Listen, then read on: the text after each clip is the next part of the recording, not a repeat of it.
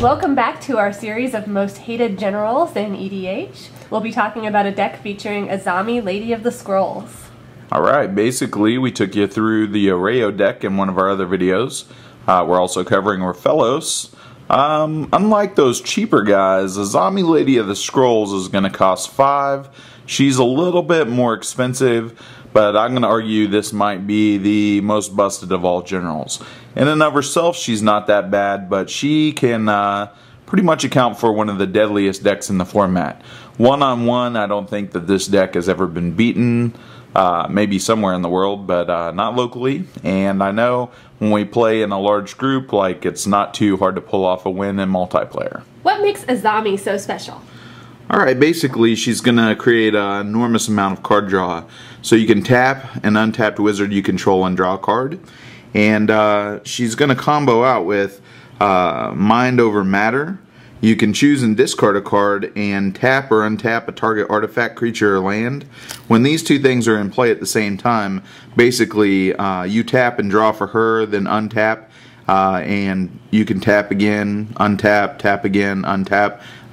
Get all the combo pieces of your deck, and it's pretty ridiculous. Makes it pretty hot. Let's talk about how to make this thing run. Okay, basically we're going to ramp up with a bunch of different artifacts. We have Grim Monolith, just a bunch of stuff. We're going to reduce the cost of our blue spells by 1. We have Soul Ring and other staples, Mana Vault.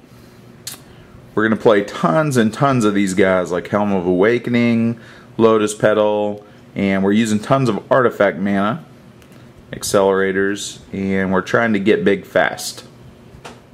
Now, why do you run so many mana producing artifacts in this deck? Basically, we're trying to abuse Tolarian Academy, and we're going to use the Candelabra of Tawnos.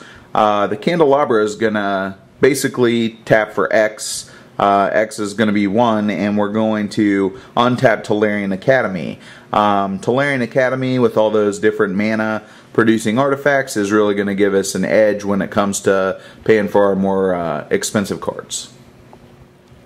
That kind of synergy is going to set up Tezzeret the Seeker and some real abuse. He can untap up to 2 artifacts, so you can be untapping your land, searching for all those artifacts, but also you can use Tezzeret to untap the Candelabra to use Tolarian Academy like 3 times a turn. It's going to give you a tremendous amount of mana and set up your combo.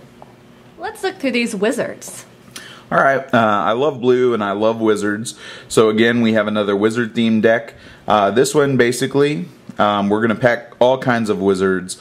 The wizards are going to be utility, they're going to help stop spells, they're going to draw us cards, and they might even reduce the casting costs of some of our artifacts. As you look through, we have wizards that do just about everything, from taking stuff from other people to cycling through. Basically, the wizards are amazing. We're going to kick them back into our hand with Riptide Laboratory, and you know, they just add to the control element. There's lots of fun wizards. When you start looking through, there's so many that do so many cool things. They're hard to pass up. That guy's not a wizard, but he'll draw you a card. And then we'll end there with Vincer. It wouldn't be a blue deck if it didn't draw and counter. That's right. We have about an equal number of draw and counter spells. You'll notice a lot of the counters will untap lands. A lot of the draw cards are going to be efficient or be like more 2-for-1s. And like this suite of spells will pretty much run standard across many blue decks.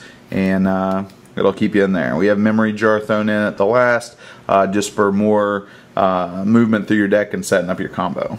What are some of the most important tips and tricks for this deck? Well, you got the Future Sight, kind of play with the top of your deck revealed, synergy with Sensei's Divining Top, and then with Azami, you can draw all those cards and really get through your deck, get a lot of card advantage. What else makes Azami so powerful?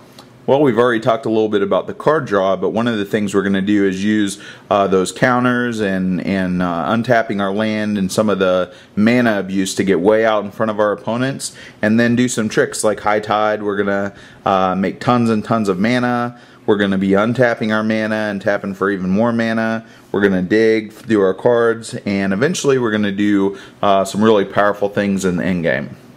How does this deck close the deal? So basically you've generated all that mana, you're really rolling through, and you have a couple of different outs. You have these big blue dudes. If you have tons and tons of mana, like near infinite mana, Tidespout Tyrant can come in and he'll be kicking cards back to your opponent's hand for every spell that you play, and you can play a ton of spells in a turn. This guy here, he's going to basically be doing some dirty business with untapping lands and promoting that kind of savagery. And then like our main thing that we're going to be looking at is sort of like a storm out with Mind's Desire into a Brain Freeze or a Brain Geyser. So basically for every spell that you play this turn, all your storm count goes up, and then you can deck out all your opponents. And like I've decked out up to 4 or 5 people in a turn. That sounds pretty broken. How can you ensure that this deck runs consistently every time? Well, you're going to do things like remove like some of your basic lands from the game, so when you have your Future Sight and Azami tricks and Mind Over Matter, you're going to be able to play tons of spells, lands won't be in the way. You're going to jump in there and do some search. Like this is a funky search to have, but you get to search your library and put a card third from the top, and digging with the Azami is usually no problem.